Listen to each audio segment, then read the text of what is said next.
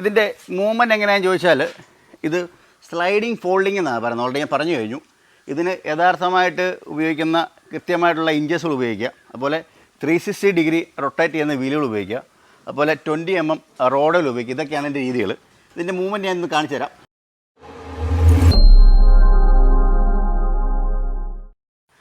Hello hi, ഞാൻ നിൽക്കുന്നത് പാലായിൽ ഞങ്ങൾ കംപ്ലീറ്റ് ചെയ്തിരിക്കുന്ന ഒരു സൈറ്റിലാണ്.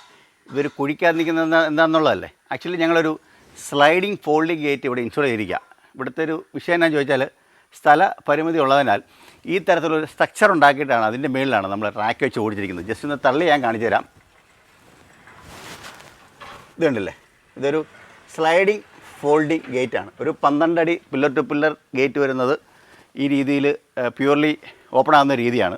ഒരു പ്രത്യേക രീതിയിൽ സ്ട്രക്ചർ ഉണ്ടാക്കിയതിന് ശേഷം ചെയ്തിരിക്കുക. ഞങ്ങളൊരു എൻട്രൻസ് ഓട്ടോമേഷൻ ചെയ്യുന്നൊരു കമ്പനിയാണ്. ഓട്ടോമാറ്റിക് ഗേറ്റും ഷട്ടറും ഞങ്ങളുടെ തന്നെ യൂണിറ്റിൽ നിർമ്മിക്കുന്ന ഒരു കമ്പനിയാണ്.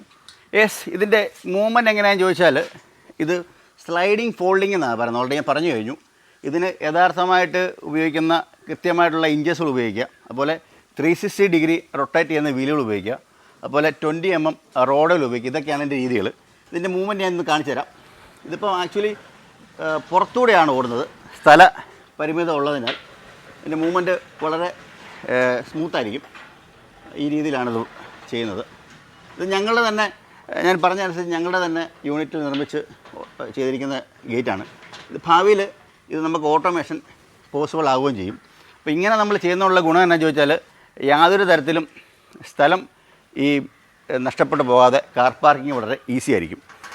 അപ്പോൾ ഞങ്ങളൊരു എൻട്രൻസ് ഓട്ടോമേഷൻ ചെയ്യുന്നൊരു കമ്പനിയാണ്. ഓട്ടോമാറ്റിക് ഗേറ്റിൽ റെസിഡൻഷ്യൽ ഷട്ടറിൽ നിർമ്മിച്ച് വരുന്നു. അപ്പോൾ ഈ തരത്തിലുള്ള എൻക്വയറി ഉണ്ടെങ്കിൽ ഞങ്ങളെ കോൺടാക്ട് ചെയ്യാൻ മറക്കണ്ട. Thank you.